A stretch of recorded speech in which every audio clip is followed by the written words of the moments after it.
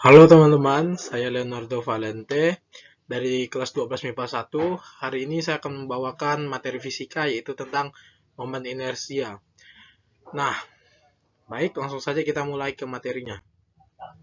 Jadi yang pertama inersia. Momen inersia itu sangat penting ya teman-teman. Karena saat akan mempelajari perilaku gerak benda yang ada di muka bumi ini, itu pasti akan mengalami inersia atau posisi. Nanti akan kita jelaskan apa itu arti dari inersia sendiri. Sini misalkan pada saat kamu akan memutar sebuah atau suatu kelereng, awalnya kamu cuma akan melihat kelereng itu berputar-putar sangat cepat, tapi lama-lama akan berhenti bergerak dan diam. Kenapa? Karena adanya momen inersia kelereng yang cenderung untuk diam atau mempertahankan pada posisi awalnya. Jadi kelereng itu akan bergerak jika dia diberikan tenaga, atau kelereng itu bergerak pada masa dia diberikan tenaga atau energi lain. Dia, untuk posisi awal kelereng itu kan jika tidak diapa-apain dia akan tetap berdiam. Jadi kurang lebih seperti itu. Baik, yang kedua adalah definisi inersia. Nah, definisi inersia ini menurut para ahli, kecenderungan benda untuk mempertahankan diri itulah yang disebut dengan inersia. Semakin besar kelembapan alias inersia yang dimiliki suatu benda, maka benda tersebut cenderung semakin susah dipercepat maupun diperlambat gerakannya. Jadi inersia itu adalah posisi di mana suatu benda itu mempertahankan posisi awalnya. Mungkin dari awal benda itu tercipta, misalkan batu ini kan, batu ini dari awal terciptanya diam, dia tidak akan bisa bergerak kecuali diberikan energi lain atau dorongan lain. Nah, kemudian sementara itu kata momen pada istilah momen inersia ini mengacu pada peristiwa-peristiwa yang berkenaan. Dengan adanya kelembapan atau inersia di sekitar kita, secara sederhana, kelembapan alias inersia ini menjurus pada ketahanan benda fisik ketika menolak adanya perubahan gerak benda. Dilansir dari belajarmipa.com, inersia ini pun dapat diartikan sebagai gaya untuk menahan benda yang mulanya diam menjadi tetap diam atau benda yang tetap bergerak dengan kecepatan konstan. Baik, lanjut. Untuk faktor yang mempengaruhi terjadinya inersia sendiri, yaitu semakin besar inersia, maka benda akan semakin sulit bergerak. Begitu juga sebaliknya. Besarnya dari momen inersia sebuah benda bergantung pada beberapa faktor di bawah ini. Yang pertama itu ada geometri benda atau bentuknya. Yang kedua ada letak atau jarak sumbu pusat atau jarak ke sumbu pusat benda dalam kurung lengan momen. Yang ketiga ada letak sumbu pusat benda. Yang keempat ada massa benda atau partikel. Untuk rumus inersia sendiri yang secara umum ini diketahui ada I sama dengan mr, di mana m adalah massa partikel atau benda. Di sini bisa kita ibaratkan sebagai berat benda yang ditulis dalam satuan kilogram. Ya, dan r kuadrat. Dan arti R ini sendiri adalah jarak antar partikel atau elemen massa benda terhadap sumbu putar. R ini dalam bahasa Inggris bisa kita sebut dengan range atau jarak. Untuk benda pejal dan kurung padat dengan geometri yang tidak sederhana, besarnya momen inersia dihitung sebagai besar distribusi massa benda dikali jarak sumbu putar.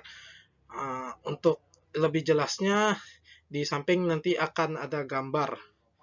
Dimensinya dalam standar internasional atau satuannya untuk inersia ini adalah kilogram per meter kuadrat atau meter persegi. Untuk benda yang terdiri dari beberapa partikel, maka momen inersianya merupakan jumlah dari semua momen inersia masing-masing partikel. Begitu pula jika suatu benda memiliki bentuk yang kompleks atau terdiri dari berbagai macam bentuk, maka besar momen inersianya adalah jumlah momen inersia dari tiap-tiap bagiannya yang dirumuskan sebagai berikut. Inersia sama dengan sigma m n r kuadrat n. Inersia sama dengan m1 r kuadrat 1 ditambah m2 r kuadrat 2 ditambah titik-titik ini tergantung sebagai atau sebanyak apa jumlah M dan R-nya nanti, di mana sigma merupakan notasi penjumlahan sebanyak N. N ini bisa dikategorikan sebagai suku. Misalkan ada 3M dan R, maka titik-titik ini akan bertambah seiring jumlah banyak. Nah, ini ada beberapa tabel yang bisa kita pakai dalam beberapa kasus atau peristiwa. Di sini ada gambar pada benda batang homogen panjang. Diletak sumbu putarnya melalui pusat. Di sini menggunakan rumus I sama dengan 1/12 M dikali L kuadrat. L-nya ini jarak ya teman-teman. Yang kedua ini ada batang homogen panjang juga, tapi melalui ujung. Di sini kita menggunakan 1/3 dikali M dikali L kuadrat. Yang ketiga ada silinder tipis berongga dengan jari-jari. Di sini letak sumbu putarnya melalui sumbunya. Yang di sini rumus adalah M dikali R kuadrat. Yang ketiga ada silinder tebal berongga dengan jari-jari dalam R dan jari-jari luar R. Di sini kita letak sumbu putarnya melalui sumbunya juga teman-teman. Jadi di sini rumusnya setengah dikali M dalam kurung R1 kuadrat ditambah R2 kuadrat. Yang kelima ada silinder pejal dengan jari-jari R. Di sini juga sumbu putarnya melalui sumbunya ya teman-teman. Jadi di sini I sama dengan setengah dikali M dikali R. Yang ketiga, yang keenam ada silinder pejal dengan jari-jari R.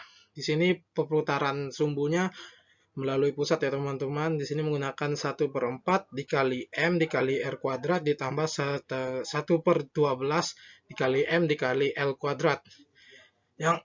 Yang ketujuh ada bola pejal dengan jari-jari R. Di sini letak sumbu putarnya melalui pusat ya. Di sini menggunakan rumus 2/5 dikali M dikali R kuadrat. Yang kedelapan ada bola pejal melalui ujung dengan rumus 7/5 dikali M dikali R kuadrat. Yang kesembilan ada bola berongga dengan jari-jari R melalui pusat dengan rumus 2/3 dikali M dikali R kuadrat. Yang ke-10 ada lem dengan panjang A dan lebar B melalui pusat, sumbu putarnya melalui pusat ya, dengan rumus 1/12 dikali M dikali A kuadrat ditambah B kuadrat. Dan yang ketiga, yang ke-11 ada lempeng tipis dengan panjang A melalui sumbunya, yaitu dengan rumus 1/12 dikali M dikali A kuadrat. Lanjut ke contoh inersia dalam kehidupan.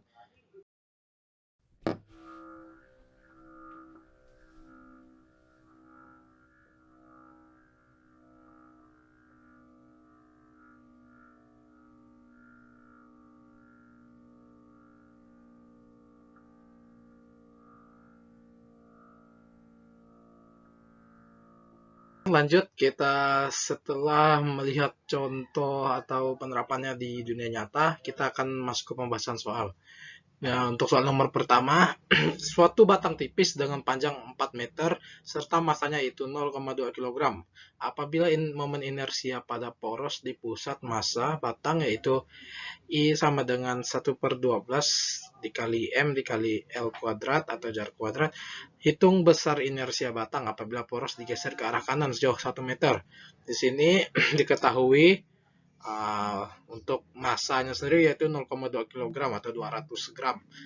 Kita ubah atau menggunakan satuan kilogram seperti yang sudah dijelaskan sebelumnya dengan jarak dengan panjang atau L yaitu 4 meter. Ini sudah pas karena satuannya meter. Dan dengan jarak yaitu R atau range tadi sama dengan 1 meter. Inersia pada batang pejal, sumbu putar digeser sebesar 1 meter dari arah pusat. Kita menggunakan rumus I sama dengan IP ditambah MR kuadrat sama dengan 1/12 M dikali L kuadrat ditambah MR kuadrat sama dengan 1/12 dikali 0,2 dikali 4 kuadrat ditambah 0,2 dikali 1 kuadrat. Di sini mendapatkan hasil 0,46 kg per meter kuadrat atau meter persegi. Baik, untuk soal kedua, sebuah benda pejal yang berbentuk seperti kerucut yang menempel pada salah satu ujung silinder diputar dengan sumbu rotasi pada titik pusat silinder, seperti yang dapat dilihat pada gambar di atas. Untuk gambarnya belum saya lampirkan ya teman-teman. Diketahui di sini massa silinder sama dengan massa kerucut, yakni sebesar 2 kg. Panjang silinder 0,8 meter dan jari-jari silinder 0,1 meter atau 100 cm. 10 cm. Di sini ditanya tentukan momen inersia benda tersebut. Pembahasannya untuk menyederhanakan perhitungannya, maka momen inersia tiap geometri benda dihitung terpisah. Diketahui dari soal, ms sama dengan 2 kg, m2 sama dengan 2 kg, dan rs sama dengan 0,1 meter, dan rk sama dengan 0,1 meter. Karena tadi disebutkan bahwa massa silinder dengan kerucutnya ini sama, sehingga didapat besar momen inersia benda sama dengan I sama dengan rumus inersia silinder ditambah inersia kerucut. Di sini rumus inersia silinder adalah 2/3 M dikali R2 kuadrat ditambah 3/10 dikali MK atau massa kerucut dikali R atau jarak K kerucut dikuadratkan. Kemudian dapatlah hasil 1/2 atau setengah dikali 2 dikali 0,1 kuadrat ditambah 3/10 dikali 2 dikali 0,1 kuadrat. Lalu didapatkan hasil 0,01 ditambah 3/5 dikali 0, sama dengan 0,01 ditambah 0,006. Kemudian setelah ditambahkan mendapatkan hasil 0,016 kg meter kuadrat atau meter persegi. Baik, yang ketiga adalah pertanyaan secara teoritis. Ini pertanyaannya yaitu, dari sebuah percobaan dilakukan bahwa kentang yang ditusuk menggunakan pisau dan kemudian ujung pisaunya dipukul memberikan hasil bahwa kentang akan tertusuk lebih dalam dibandingkan terlepas dari mata pisau. Mengapa? Dari pengamatan yang bisa saya lakukan, yaitu pertama, karena terjadi momen inersia pada kentang, di mana kentang cenderung mempertahankan posisi atau malas awalnya untuk mengikuti gerakan pada benda di sekitarnya. Sehingga terjadilah fenomena kentang yang tetap berada pada posisinya dan pisau yang bergerak lebih dalam karena berubah dari posisi atau letak semulanya. Hal ini yang disebut dengan inersia. Jadi kentang di sini cenderung akan mempertahankan posisinya yang awalnya diam dibanding mengikuti posisi pisau yang cenderung bergerak. Jadi kentangnya ini tetap seperti melayang gitu, yang bergerak cuman pisaunya. Baik, teman-teman, sekian presentasi atau hasil praktikum saya pada materi kali ini, yaitu momen inersia. Saya mohon maaf bila ada salah kata dan kekeliruan dalam pembuatan PPT serta materi yang saya bawakan ini. Saya ucapkan terima kasih.